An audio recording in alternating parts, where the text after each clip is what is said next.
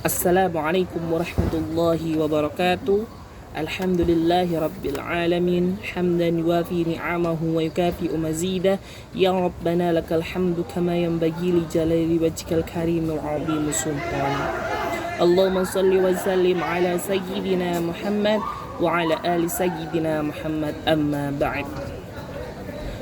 Insyaallah pada kesempatan yang penuh berkah ini saya akan sedikit menjelaskan mengenai syariah, fikih, dan hukum Islam. Sebelumnya izinkan saya untuk memperkenalkan diri. Saya Muhammad Suminto, mahasiswa pendidikan bahasa Arab semester 5 Universitas Maulana Malik Ibrahim, Malang. Pertama-tama saya membuat tag video ini bertujuan untuk menyelesaikan tugas ujian tengah semester mata kuliah studi fikih yang diampu oleh Ustadz Hashim Amrullah. Berdasarkan apa yang saya katakan tadi, saya di sini akan menjelaskan tentang syariah, fikih, dan hukum Islam. Yang pertama, saya akan menjelaskan tentang syariah. Syariah secara bahasa diambil dari kata syara'a yang berarti jalan menuju sumber air. Ada beberapa ulama yang berpendapat mengenai pengertian syariah sendiri. Salah satunya yaitu Ar-Razi. Ar-Razi dalam bukunya, buku Ar-Razi tersebut yaitu Mukhtasar As-Sihah. Beliau di sana menjelaskan bahwa syariah itu berarti dari kata nahajun yang memiliki arti menempuh.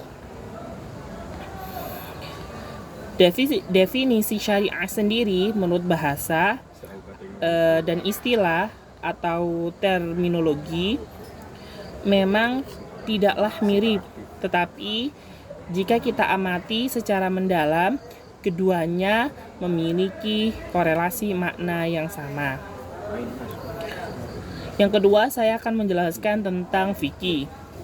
Fikih secara bahasa berasal dari kata faqaha yang memiliki makna lain, fahmun, atau dalam bahasa Indonesia, fikih memiliki arti faham. Sedangkan secara etimologi, kata fikih memiliki definisi sederhana sebagai pemahaman atau ijtihad para ulama terhadap syariah. Menurut pendapat Al-Jurnani, beliau mendefinisikan fikih adalah usaha yang dihasilkan oleh manusia melalui ijtihad setelah dianalisis dan direnungkan atau dengan perenungan. Yang ketiga yaitu hukum Islam. Hukum sendiri secara etimologi atau secara bahasa berasal dari kata hukmun yang berarti menolak kedzaliman atau penganiayaan. Secara terminologi atau istilah,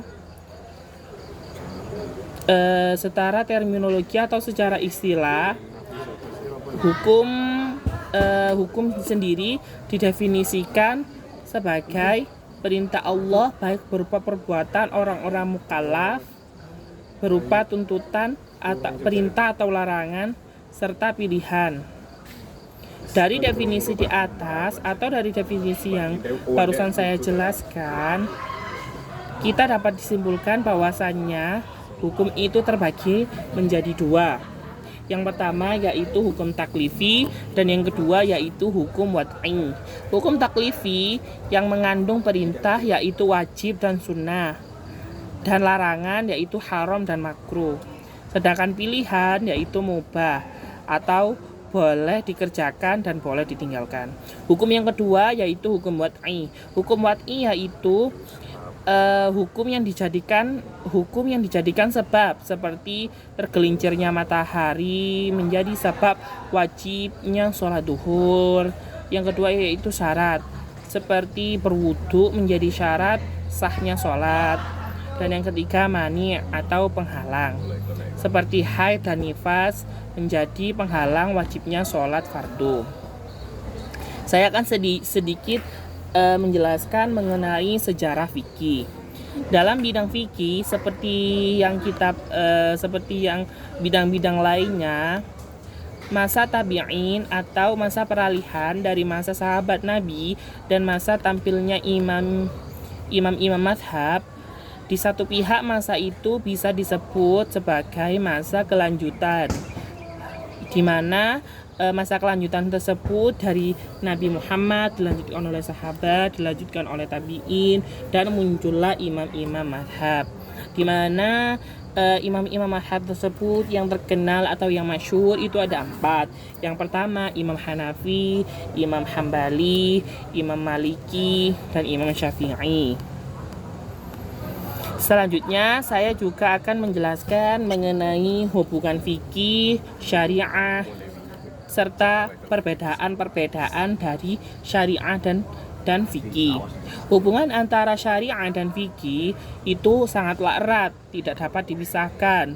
Syariah itu sebagai sumber atau landasan fikih, sedangkan fikih merupakan pemahaman terhadap syariah. Selanjutnya yakni pemakaian kedua istilah dari fikih maupun syariah itu sering terjadi kesalahan di kalangan kaum awam atau masyarakat umum. Pemakaian kedua istilah ini sering rancu.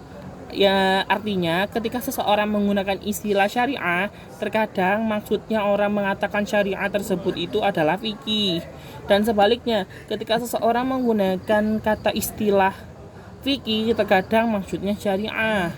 Hanya saja kemungkinan yang kedua ini biasanya jarang. Terkadang hanya orang-orang tertentu atau orang-orang yang kurang berpendidikan. Selanjutnya, saya juga akan menjelaskan mengenai perbedaan antara fikih dan syariah. Yang pertama, perbedaan antara fikih dan syariah. Syariah itu tidak akan pernah salah karena syariat tersebut langsung diturunkan oleh Allah Subhanahu wa taala. Itulah Al-Qur'an dan As-Sunnah sebagai bukti atau yang bukti bahwa syariat itu tidak akan pernah salah. Sedangkan fikih sendiri itu terkadang mengandung kemungkinan benar dan salah karena ia pemahaman manusia terhadap syariat itu. Fikih adalah pemahaman akal manusia terhadap Al-Qur'an dan As-Sunnah. Selanjutnya, perbedaan kedua antara syariah dan fikih yaitu syariah lebih umum dan luas. Syariah lebih umum dan luas cakupannya dari fikih. Kalau syariah meliputi akidah, akhlak, dan amalia, sedangkan fikih hanya mencakup sisi amalia saja. Yang ketiga perbedaannya yaitu syariah mengikat semua manusia. Syariah bersifat mengikat manusia, maka siapapun yang telah melengkapi syarat-syarat taklif wajib mengikuti aturan syariah. Sedangkan fikih merupakan pemahaman para mujtahid, di mana fikih tersebut tidak mengikat terhadap semua manusia.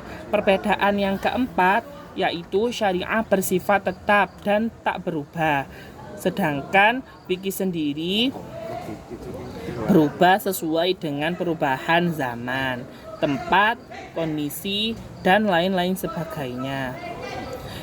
Contohnya itu seperti dalam sholat 5 waktu dihukumi wajib itu menurut syariah, sedangkan kalau seperti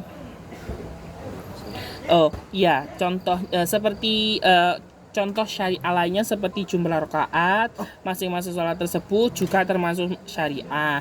Makanya kita tak mengenal madhab-madhab dalam hukum sholat 5 waktu. Semuanya sepakat bahwa hukum sholat 5 waktu adalah fardu. Tidak boleh sama sekali menyebutkan bahwa sholat 5 waktu itu wajib dalam pandangan Syafi'iyah.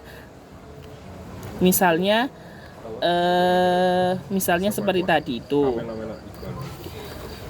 Mungkin cukup sekian penjelasan saya mengenai syariah fikih dan hukum Islam. Apabila ada salah kata dalam penyampaian materi ini, saya pribadi memohon maaf yang sebesar-sebesarnya. Semoga apa yang saya sampaikan ini menjadi ilmu yang barokah bagi para pendengarnya, dan semoga saya mendapatkan nilai ujian tengah semester mata kuliah studi fikih ini dengan sempurna. Akhirul kalam, wassalamualaikum warahmatullahi taala wabarakatuh.